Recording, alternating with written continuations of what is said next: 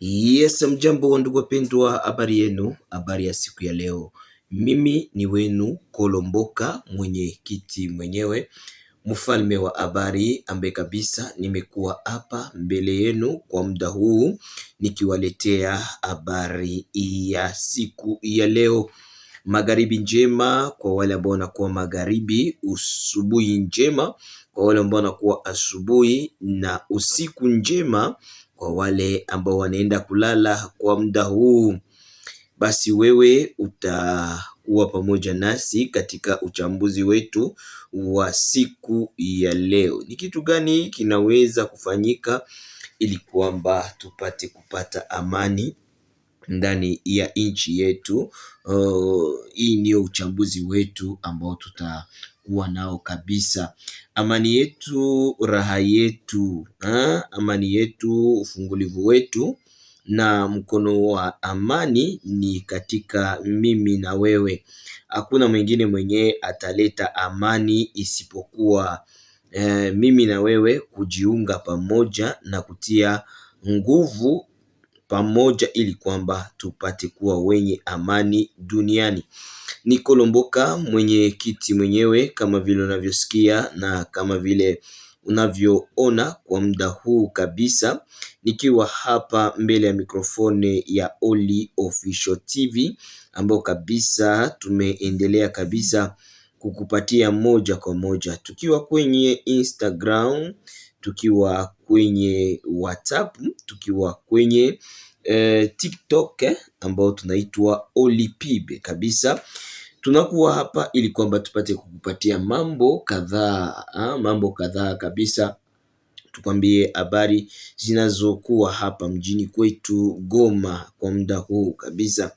Ni kitu gani tunaenda kuongelea kwa leo? Tunaenda kuongea kwa ajili ya kitu gani tunaweza kufanya ili amani iendelee. Eske maongezi ya uba ama maongezi ambayo inayokuja kwa ajili ya vita hivi katika group d'armee ama maongezi ambayo inayokuwa katika ababa opposant, eske inaweza leta amani ama cessez-le-feu inaweza leta amani? Maongezo ya Doha, Amerika, bile vitu vyote tuangalie kama hii maongezi ilikuwa na impact kwetu ama imetusaidia nini, tumefikia wapi tangu vita ianze. Vita ilianzia Bunagana, lakini leo imekuwa ngambo za Minem ndio kwenye vita imefika au plateau de Mitumba kule kabisa, ndio kwenye vita imekuwa. Na hapa kwenye tuko tumekuwa ndani ya utumwa wa hawa wauni wa M23 ambao kabisa wamefanya wakongomani kuwa watumwa wao kwa muda huu kabisa. Munivo moya hauwezi elewa kabisa. Hata mimi sielewi. Yaani wakongomani wanakuwa kama makondoo zao gisi wanataka. Tutafanya uchambuzi wingi sana kwa siku ya leo. Tuangalie hapa kwenye tuko ni kitu gani kinachoendelea. Hapa kwenye tuko unyanyasi ni mwingi sana. Watu wananyanyasiwa kiasi kikubwa kati za usiku na kuingiliwa na kubebwa pasipo kujua umebebwa wapi. Hii ni kitu ambayo imeonekana kabisa kuwa kwa wingi sana. Donc ni kusema watu wako wanabebwa pasipo kujua wanabebwa wapi na wanaelekea wapi. Hii ni kitu ambayo kabisa vijana wameanza kujiuliza. Inakuwa vijana wanaanza kubaki hata kwa manyumba ili kwamba wasije wakabebwe. Tufanye uchambuzi, tuangalie ni kitu gani kitaleta amani kwetu. Na amani ni nini kwanza? Amani ni nini? Usalama ni nini? Amani, kuna amani na kuna usalama. Amani ni kusema ni ile wakati unaweza kutembea, hakuna wa kukuuliza vitambulisho njiani, hakuna wa kukuiba telefone. Donc ni kusema amekupatia amani yako na wewe unampatia amani yake. Usalama ni ile wakati hakuna hata risasi moja inalia katika vile ama eneo mahali fulani ambapo kabisa na wakaaji wanakaa pasipo kuangaika. Donc projet za watu zinafanyika, kila mtu anatumika kazi yake kama kawa na anafanya donc anafanya target zake vizuri. Hapa tunasema hapa kuna usalama kabisa.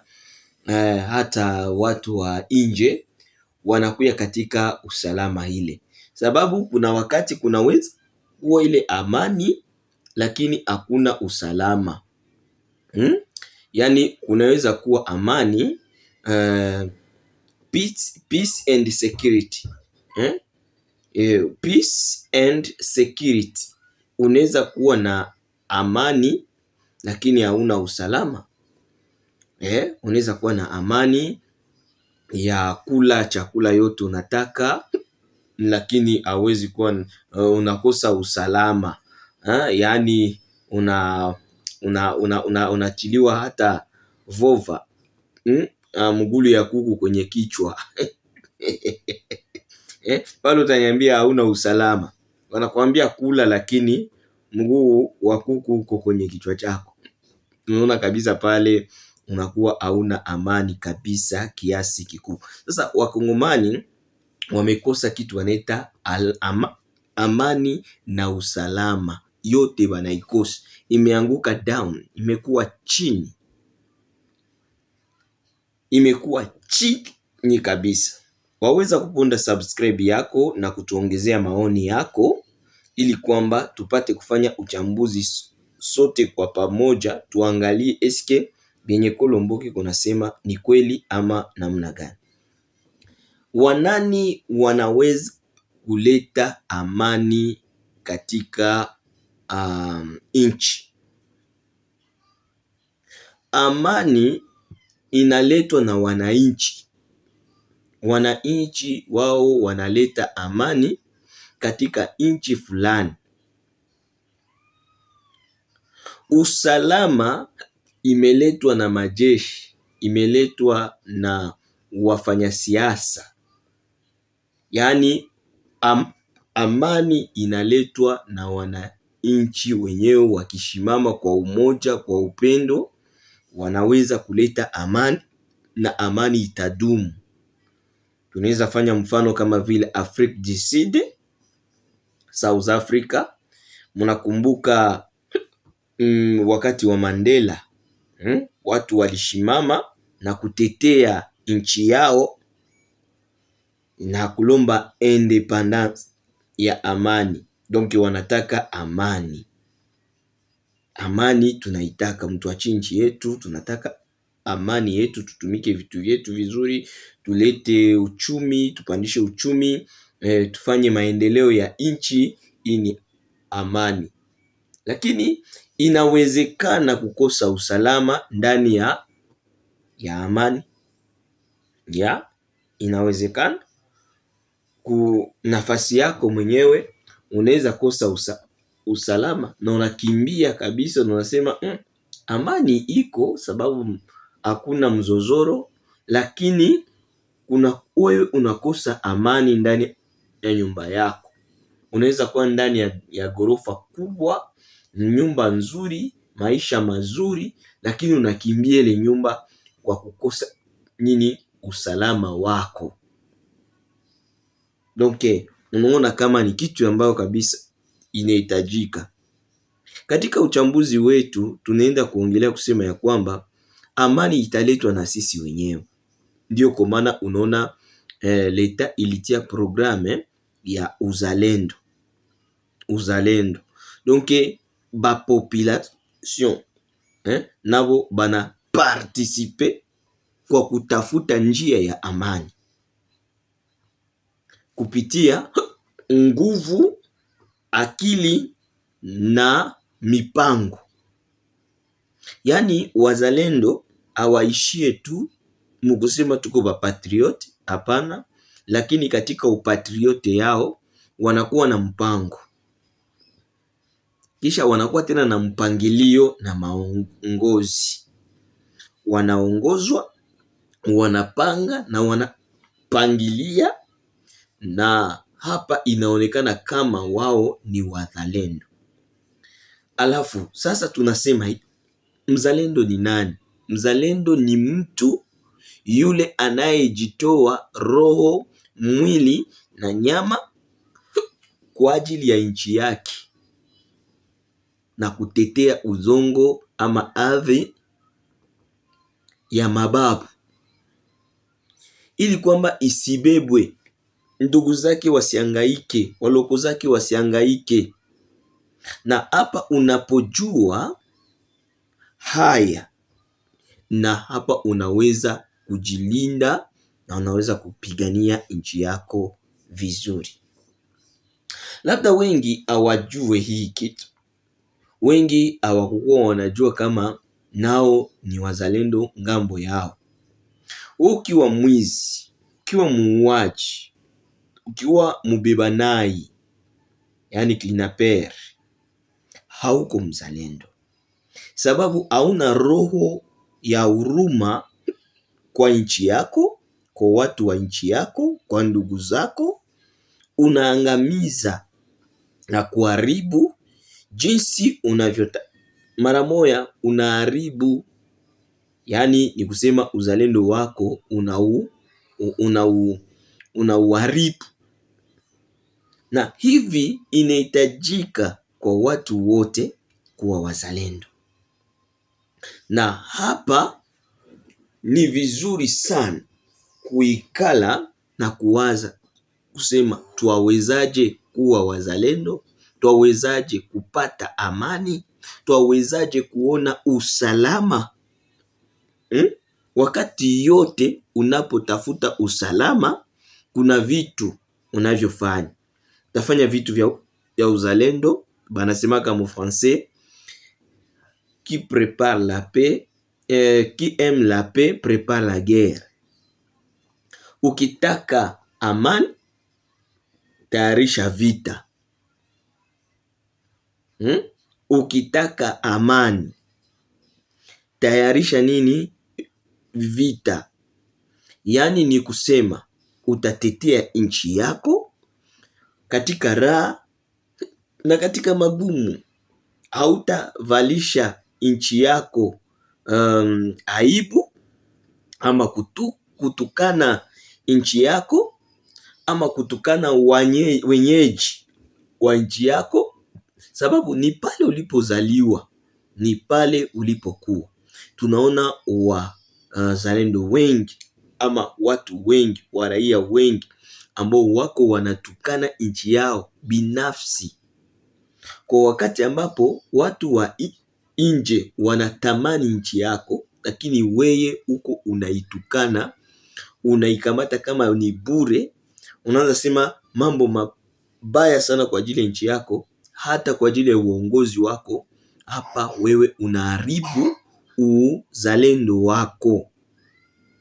Ndugu mpendwa, mama, kaka, dada ambaye umekuwa pamoja nami katika mambo yote, nitakusii uponde subscribe, utuandikie commentaire, ufanye share kwa watu wengi, na hapa utakuwa kabisa 5 juu ya 5 pamoja nami, na hapa utakuwa umetuongezea kabisa sauti ili kwamba tupate kusikilika.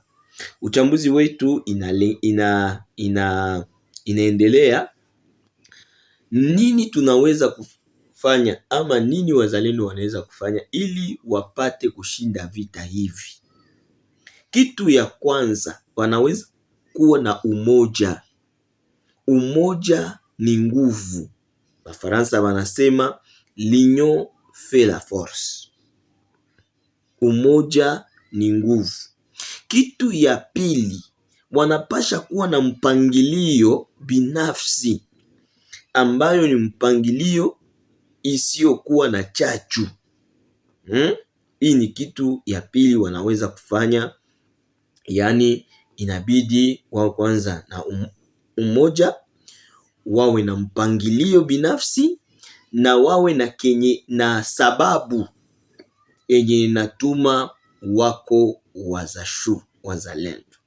Yaani ni kusema kama amuone sababu, ni kusema tuache tu.